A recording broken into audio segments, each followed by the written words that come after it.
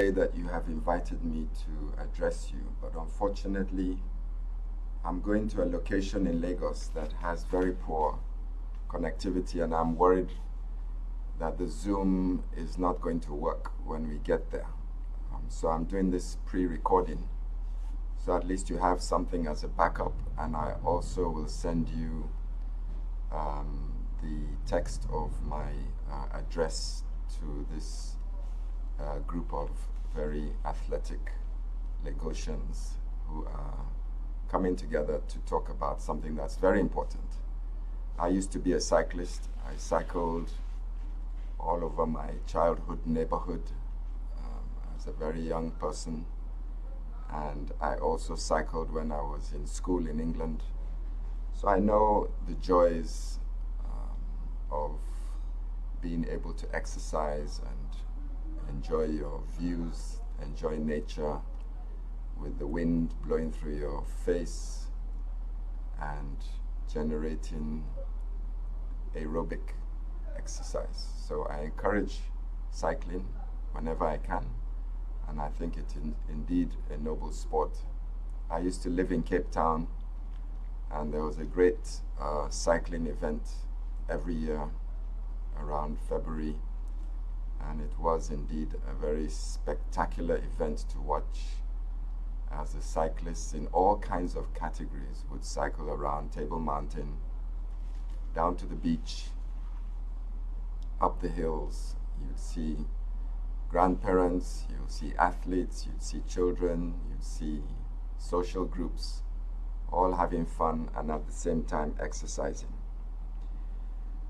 So I wanted to talk about cycling in the context of Lagos State's One Health initiative, and that initiative really addresses the holistic view of health, and that is, the human beings live in a biosphere, and you can only be as healthy as your environment and as the food you eat and as the activities that you engage in.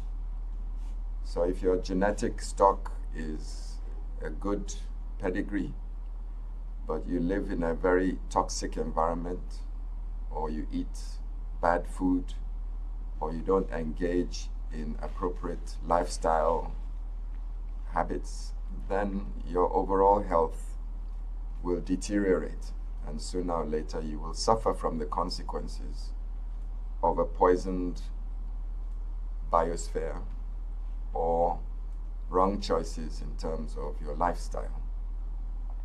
So what we're trying to do here today is to look at how a sporting activity, an enjoyable sporting activity, can contribute to this One Health agenda.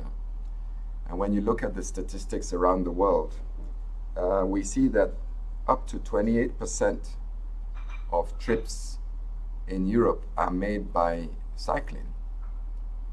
So in Africa and in Nigeria, we see that that percentage is less than 5%. And, up to 70% of households in Europe own bicycles. So, bicycling or cycling is a very part of way of life in the Northern Hemisphere.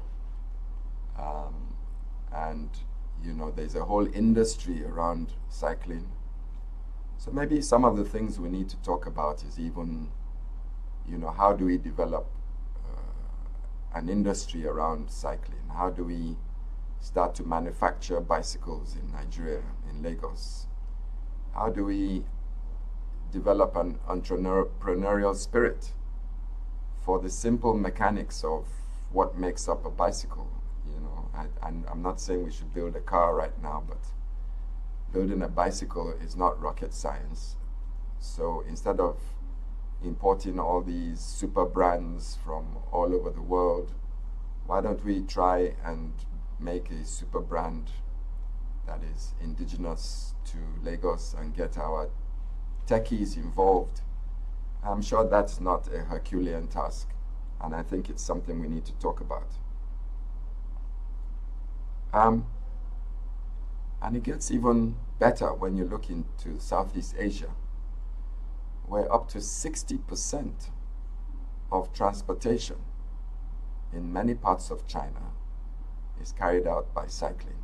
So bicycling is certainly a very integrated part of life in Southeast Asia, and it certainly is a whole culture of living that has been imbibed. I mean, we see pictures of China, and we can tell that the Chinese people or the Asian people are very much into exercise, Tai Chi, various forms of martial arts, and then you see they're cycling.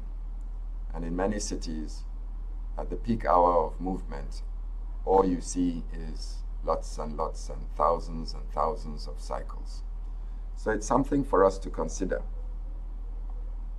So the benefits, obviously, as we contribute to the environment, to you as a person, of course, is aerobic exercise. It helps you build your muscles. It expands your cardiovascular and respiratory agility and your fitness. Of course, there are the social aspects. You come together and you meet, and socializing is a very key aspect of our culture. You make friends, you bond, you create networks. These are all very important things. And of course, transportation, cycling is free. It doesn't cost fuel. You just hop on a bike and you benefit from the aerobic exercise. You cut down on carbon emission and congestion on the roads. So there are myriad, the list goes on and on. There are myriads of benefits from cycling that we can all see as contributing to what I've described as the One Health paradigm. Now, there are concerns as well. And as the Ministry of Health, we are concerned about certain things. And of course, air pollution is not one of our greatest attributes in Lagos. We're working very hard with the Ministry of Environment to work on air quality. And I'm glad that my colleague, the Honorable Commissioner of Environment, Mr. Tunji Bello, is part of this activity. Some of the air pollution data over Lagos is some of the worst in the world. And we've been working assiduously to, first of all, get data on air pollution and see how we can mitigate air pollution by the various forms of contribution from the community that build this gray-brown smog that you often see sitting over Lagos. So what concerns us as a medical profession is that when you do cycle, of course, you increase your respiratory rate. You breathe in 3, 4, 5, 10 times more than you normally breathe. Your lungs act as a filter.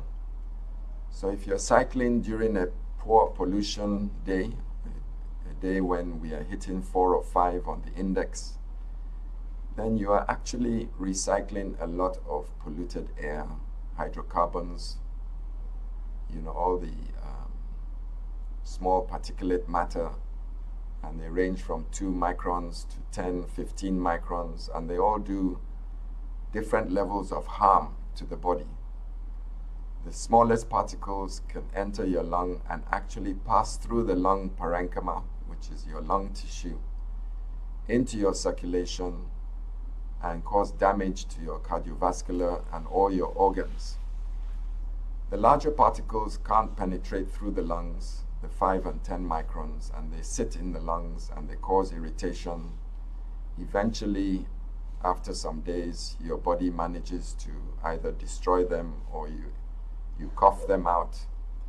But it's still a concern to us that, instead of breathing normally inside your house, where you can try and control the air quality, we go out and we increase our ventilation rate, and we're actually turning our lungs into a filter of very poor, toxic, and polluted air.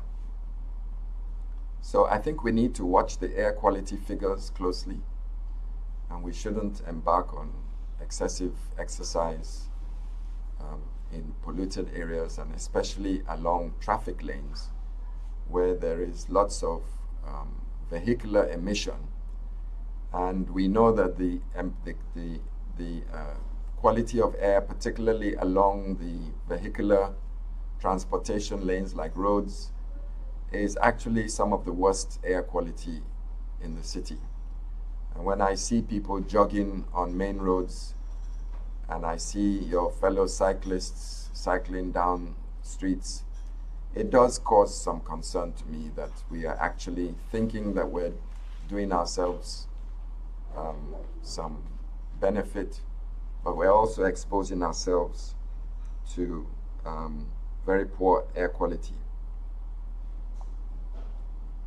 I'm also concerned about the quality of drivers in Lagos, vehicle drivers, who, many people, I'm sure if we checked how many people, particularly in the commercial industry, have gone through a real driving learning experience to get their licenses, I'm sure we would find that that number is quite low. And so I worry about the quality of people driving, their driving skills in Lagos. Even in a car, I'm often anxious about the people around me, let alone on a bicycle or a motorbike. So I see cyclists, and I do worry that, we don't obey, people in cars don't obey traffic rules. They change from one lane to another without appropriate indication. They don't gauge the edges of the roads properly.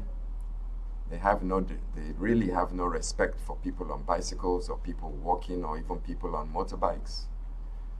So I just implore you that in the process of your exercising, that you also mitigate against this by wearing the appropriate apparel that is very clearly and translucently and reflectively visible, so that the risk of you being ignored or missed in the eyesight of drivers, and that's another thing, a lot of these drivers have very poor eyesight. So you may be there and they may not even see you. So please, as you talk about these things in your association of psychology, that you think over the safety of the sport, and of course mitigate against the risks that do occur, not your fault, but the risks of the environment, sometimes the very poor quality of our roads, potholes. You may not see a pothole, and your front or your back tire may fall into a pothole or some obstacle on the road, and then there might be somebody driving past you that doesn't anticipate what's about to happen, and then we may run into a collision problem. So, in closing, I encourage you, of course, as an ex-cycler myself, I think it's a wonderful and a noble sport. We as government, we have to embark on our smart city agenda, which is to create an environment for cyclists, for pedestrians, to enjoy free movement across the city. And that involves urban planning, creating cycle lanes. If you go to Europe and Asia, you see that the roads are designated very clearly into different categories. And this requires planning. There are areas for normal vehicular movement, there are areas for public transport, there are areas for pedestrians, and then there are areas for cyclists. So that's an important aspect of urban planning that we need to take into into consideration into the future. And that's a responsibility of government. And with your high-level advocacy, many of your members are in government. I think we may be able to achieve that. So, on the other hand, it's also our responsibility as the Ministry of Environment, Lagos State Environmental Protection Agency, the Road Traffic Agency, Ministry of Transportation, Ministry of Health, to ensure that we do indeed turn into a smart, healthy city, a green city, a city where we are mindful about how much carbon we put into the environment, a city that we are mindful of how much space we create for recreation and for sport, a city where we're mindful of the quality of the water system, the toxicity in the environment, a greening of the environment. It's important. If you go to several megacities around the world, sometimes you think you're in a botanical garden. So it's what we call urban ecology. So you go out of the city and of course you expect to see lots of ecological biodiversity. But you can also create that within cities by an aggressive greening strategy, by an aggressive smart city, low carbon footprint, a city that creates the opportunity for recreation, for intelligent transportation, and for the opportunity for people to move from point A to point B in any form of transportation that they wish to use or to choose. And of course, cycling is indeed a world-famous means of transportation. It's as ancient as the times. And I think I would implore you as the Psychology Association to really drive an industry around the creation, the design, the build of transport and sports cycles in Lagos. And let's at least be proud of some indigenous activity around the sport of cycling. So on that note, I wish you very well today. I'm very sorry that I cannot Zoom with you because of the location I'm going to. But I hope that this video suffices, and I'll be happy to address you at a later stage or at any time in the future. Enjoy your day, and God bless you all, the psychologists of Lagos. Thank you.